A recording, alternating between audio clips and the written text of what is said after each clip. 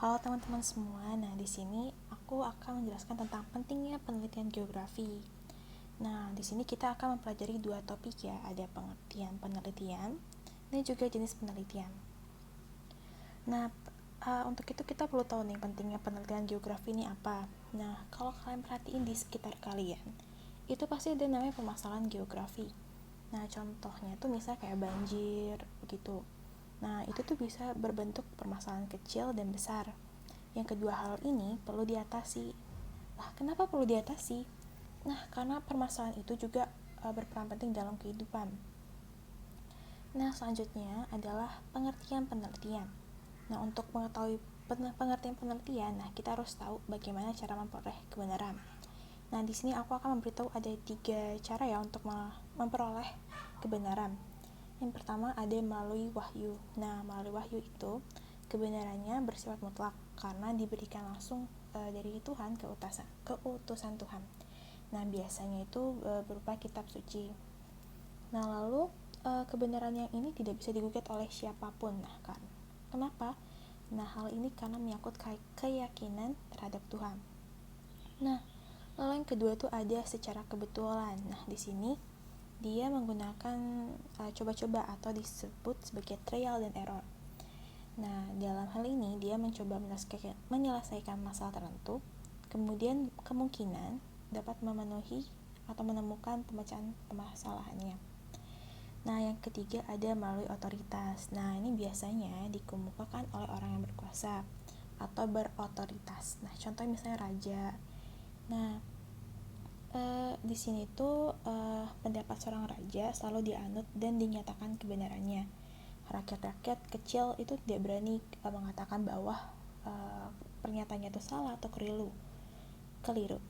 Yang ketiga ada melalui akal sehat atau common sense, yaitu menemukan jawaban dengan menggunakan logika atau menggunakan pikiran yang berdasarkan pengalaman dan kebiasaan.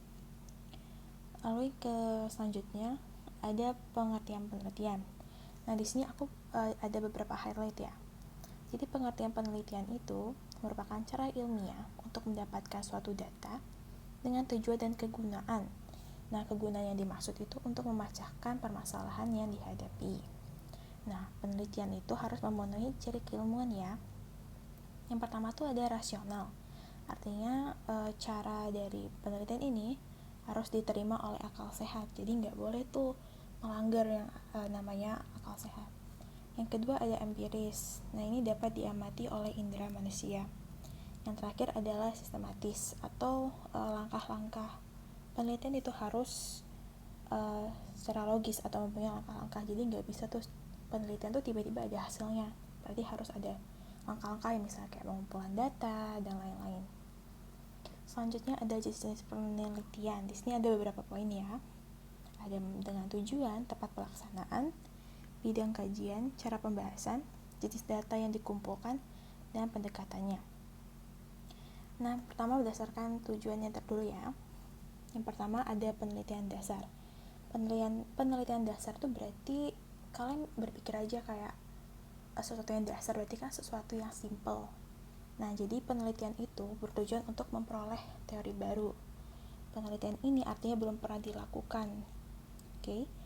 Sehingga tujuan penelitian itu untuk memecahkan masalah yang belum pernah ada sebelumnya. Yang kedua itu penelitian terapan. Nah, penelitian ini berusaha memecahkan masalah yang ada di kehidupan sehari-hari. Nah, penelitian ini dianggap penting karena dia tuh berguna banget untuk kehidupan sehari-hari dari masyarakat ya. Yang terakhir adalah penelitian evaluasi. Nah, penelitian evaluasi ini dilakukan untuk menguji hasil pelaksanaan atau keberhasilan suatu kegiatan. Jadi kalau kalian misalnya ada tindakan atau enggak kegiatan tertentu, itu akan dilakukan evaluasi apakah kegiatannya itu berhasil ataupun enggak. Nah, selanjutnya ada yang kedua adalah tempat pelaksanaannya. Di sini ada 3, yaitu penelitian laboratorium, penelitian lapangan, dan penelitian kepustakaan. Nah, penelitian laboratorium ini dilakukan di laboratorium yang memiliki fasilitas yang mendukung dari penelitian tersebut. Nah, dalam penelitian ini objeknya ilmu sosial menjadi laboratorium adalah masyarakat atau objeknya ya. Nah, dalam penelitian laboratorium biasanya mengkaji masalah teoritis maupun praktis. Nah, selanjutnya yang kedua itu penelitian lapangan. Nah, ini berarti di luar dari laboratorium ini ya, atau biasanya lingkungan sebenarnya, atau biasa tempat kejadian, bisa berupa alam ataupun sosial. Nah, yang kedua adalah penelitian kepustakaan. Ini adalah penelitian yang didasarkan kepada sumber-sumber yang telah ada. Contohnya kayak buku, majalah, naskah, dokumen, dan lain-lain. Selanjutnya, berdasarkan bidang kajiannya, di sini ada 2 macam, yaitu penelitian alam dan penelitian sosial. Ingat aja kalau alam itu berarti something yang berkaitan dengan alam. Misalnya kayak biologis, kimia, fisika, astronomis, dan lain-lain. Nah, biasanya dilakukan percobaan dan pengalaman empiris untuk mendukung hipotesis yang ada. Nah, untuk yang belum tahu hipotesis itu bisa dibilang sebagai jawaban sementara. Jadi, sebelum kalian dapatkan hasil dari penelitian, kalian tuh kayak berpikir, oh kayaknya kemungkinan ini deh jawabannya, kayak gitu. Selanjutnya, ada penelitian sosial. Nah, penelitian ini untuk menginterpretasi gejala dalam masyarakat. Nah, gejala dalam masyarakat tuh banyak banget dan jauh lebih ribet ya, karena kan kadang sifat-sifat manusia itu tersembunyi. Contohnya kayak penelitian kenakalan remaja, kemiskinan, dan urbanisasi. Lalu bisa contoh lain kayak prostitusi dan lain-lain. Selanjutnya berdasarkan cara pembahasannya. Di sini ada lumayan banyak ya, ada 5. Yang pertama, penelitian deskripsi. Itu dia melakukan pemaparan dan melaporkan keadaan atau fakta sebenarnya. Yang kedua adalah penelitian inferensial. Dia itu menggambarkan dan juga sekaligus memberikan kesimpulan umum, baik merupakan prediksi ataupun analisis deduktif. Yang kedua, penelitian korelasi. Nah, dia itu penelitian yang menggambarkan keterkaitan antara 2 variabel atau lebih. Nah, biasanya variabel ini ada 2 macam ya. Ada yang terikat dan ada yang bebas. Yang keempat ada penelitian kausalitas. Nah, penelitian ini dia meneliti 2 variabel yang memiliki hubungan sebab akibat. Jadi di sini kausal tuh ingat aja sebab akibat. Lalu yang kelima adalah penelitian komparatif. Dia komparatif itu compare in English, yang artinya membandingkan. Nah, di sini dia membandingkan variabel tertentu, kemudian diambil kesimpulan berupa perbedaan dari variabel-variabel itu ya. Lihat aja perbedaan dan perbandingan.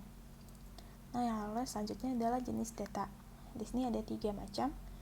Ada kuantitatif, kualitatif, dan penelitian dengan menguraikan atau menggambarkan masalah yang diteliti.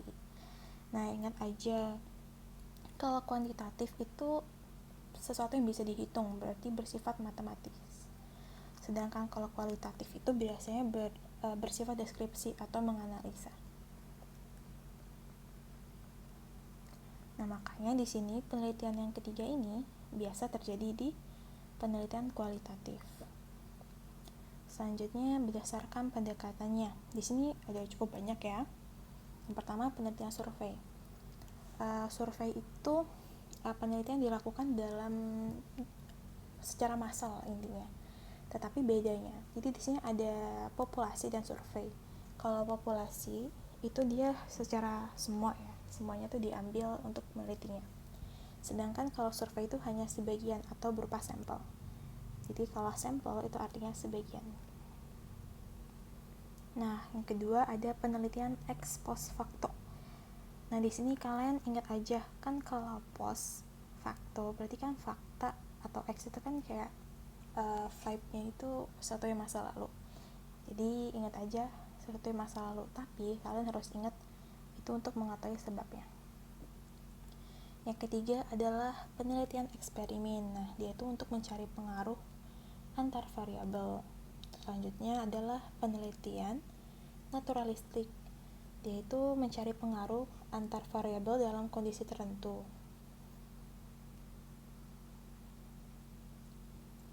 itu yaitu untuk mengetahui apakah objek alami itu memiliki makna tertentu di dalamnya. Selanjutnya adalah penelitian polisi.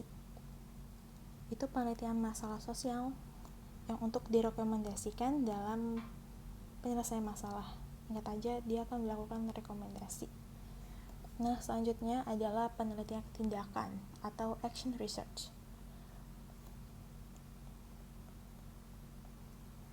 Nah, penelitian ini sebagai tindakan atau upaya untuk menyelesaikan masalah. Ingat aja kalau action itu tindakan. Selanjutnya adalah penelitian evaluasi. Nah, ingat kalau evaluasi kan berarti untuk mengukur sesuatu berdasarkan sesuatu yang lalu. Nah, di sini dia mengukur tingkat keberhasilan dari suatu kegiatan ataupun tindakan. Selanjutnya adalah penelitian sejarah. Nah, penelitian ini mengamati peristiwa yang berlangsung di masyarakat, yang berlangsung di masa yang lalu.